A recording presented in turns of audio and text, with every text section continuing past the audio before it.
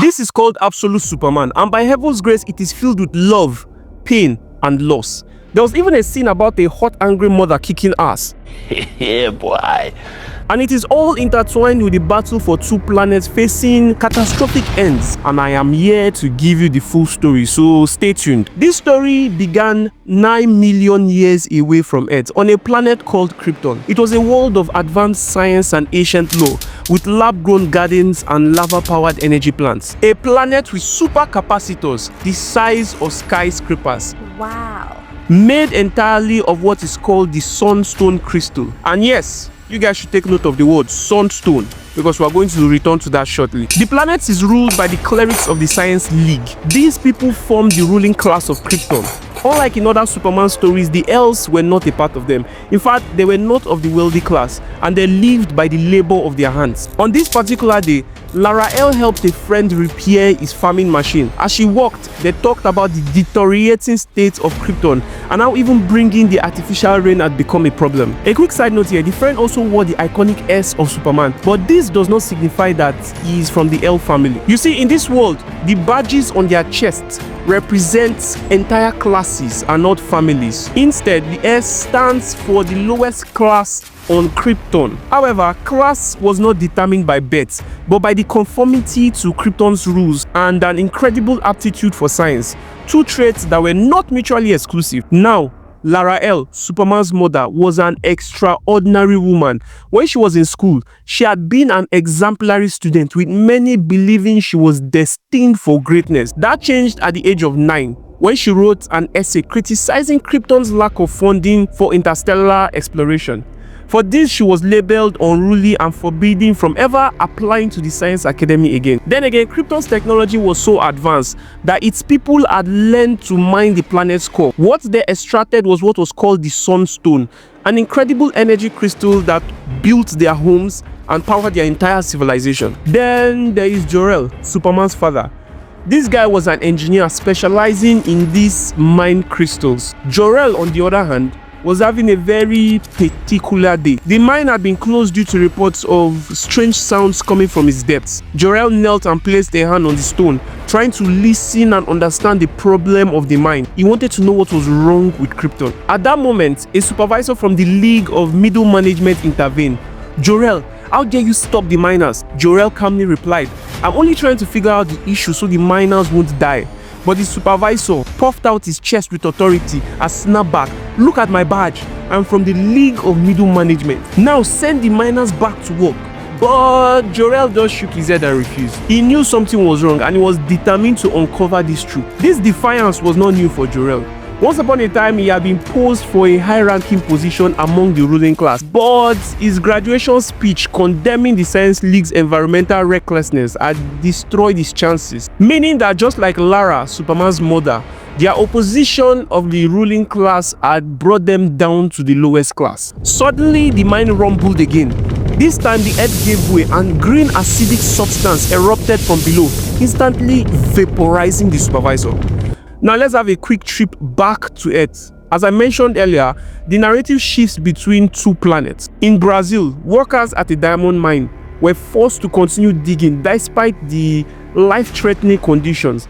Their contracts left them no choice. Snow filled with carcinogens fell on the miners and their homes. Some workers attempted to leave, but the armed guards, also known as peacemakers, reminded them of their contract with the Lazarus Corporation. Lazarus had promised a modest bonus of about $300, but this mine had extracted over $200 million in diamonds just the previous year. The workers knew they were being paid peanuts but accepted their fate just because of their families. But on this particular day, the miners descended into the shaft only to find that the diamonds had already been extracted and the ore crushed. Most could not believe it. Some said it was maybe a mistake and did it make sense, while others just called it a miracle. But another miner firmly said this: "No, we do not tell anybody about this. Our work here is done. All that is left for us brothers and sisters is to take these diamonds to the surface and claim our pay." However, as they left the mine, the peacemakers who acted as guards became suspicious.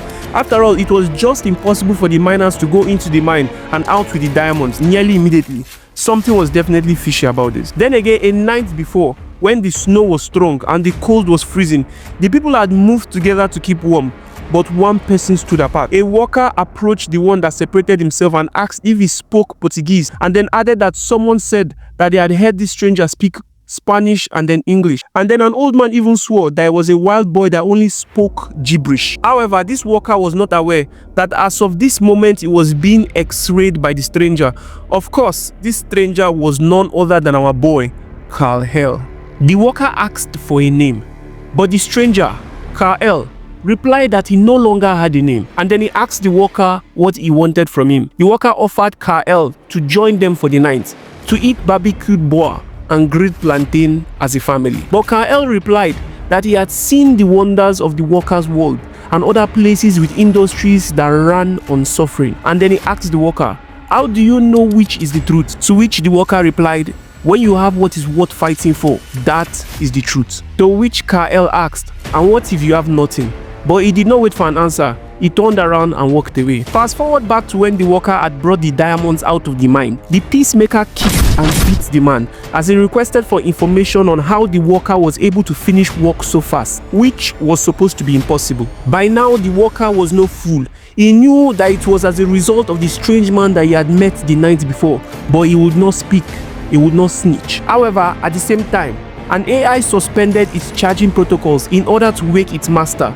Of course, this was none other than Carl, and the AI was named Saul. You see, Carl had been all around the world to different places, running across the planet. Throughout, he had been chased by the Lazarus Corporation again and again. He had escaped every time, but today, he had left himself too sun-starved, and therefore they had come for him. Carl, the voice of Saul, called out just in time before a peacemaker made an attack. With superhuman speed, Carl moved and then he rushed over with an earth-shattering punch that instantly destroyed the armored vehicle of the peacemaker. Instantly they surrounded him, releasing bullets on his body, but it all bounced off his skin. His arm glowed with the light of the sun as the AI warned Carl that the technology that the Lazarus Corporation used was not native to this galaxy. However, Carl asked, "Will they leave if I hit them?" The AI replied in affirmative, but advised against it. But it was already too late. Carl decimated their forces with incredible ease, and then he rushed over with incredible speed to rescue the workers.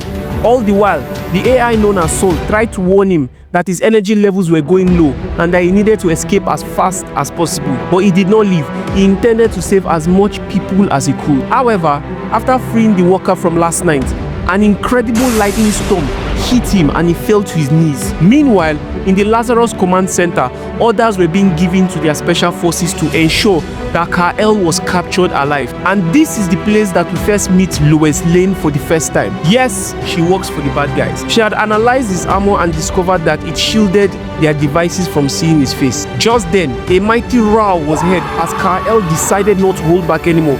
Fire shot from his eyes as he blasted apart the aircrafts that came for him. But Carl lacked enough control and asked the AI to help him cool off. By the time his eyes returned to normal, only chaos and death filled the ground. Meanwhile, Saul, the AI, advised him not to forget the lesson from krypton and that some worlds could not just be saved no matter how hard he tried. The Lazarus Corporation had called for reinforcements. Aircrafts of all kinds had begun to surround him. Wait a minute, is that a flying ammo tank? Okay, back to the story. Carl was surrounded on all sides. All weapons were pointed at him. He had used a lot of energy and at the moment he did not feel so great. Just then, something most unexpected happened. To his surprise, Lois Lane had coughed into herself. She pointed her weapon at him. "Move and I will fry your brain, Superman." Meanwhile, deep in Nevada, in a private room, Brainiac sat amongst the screams of people whose homes have become a part of his collection. Wires and pipes all connected to his exposed brain as he observed Carl with interest through the monitors. Now let's go back to Krypton a bit. Many years ago, Lara was working in her lab when she saw the horrible state of her husband as he arrived home. She immediately ran up to him and he told her of what had happened. And he also told her of how Krypton was dying and how he wanted to remember them, how he wanted to remember this world, how beautiful it was, and how he wanted to warn the rest of the world. But then he remembered he had not seen his son and he screamed for him, "Carl, where are you?" Immediately, Carl ran over with his dog Crypto. He embraced his parents with love, but it was not over. After all, the end of Krypton was sooner than any of them could ever expect. Hey guys, Isaac here. That is the end of chapter 1 for Absolute Superman. Chapter 2 and then chapter 3 and so on will be coming later on. Please touch the subscribe button. Your hand will not break. Neither will thunder fire you from your window. Just touch the subscribe button and share. Thank you.